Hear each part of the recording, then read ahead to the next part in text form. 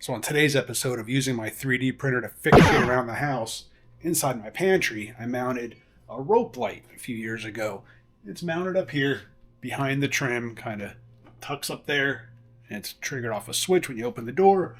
But recently, all of these clips that hold this rope light in place have started to break for some reason.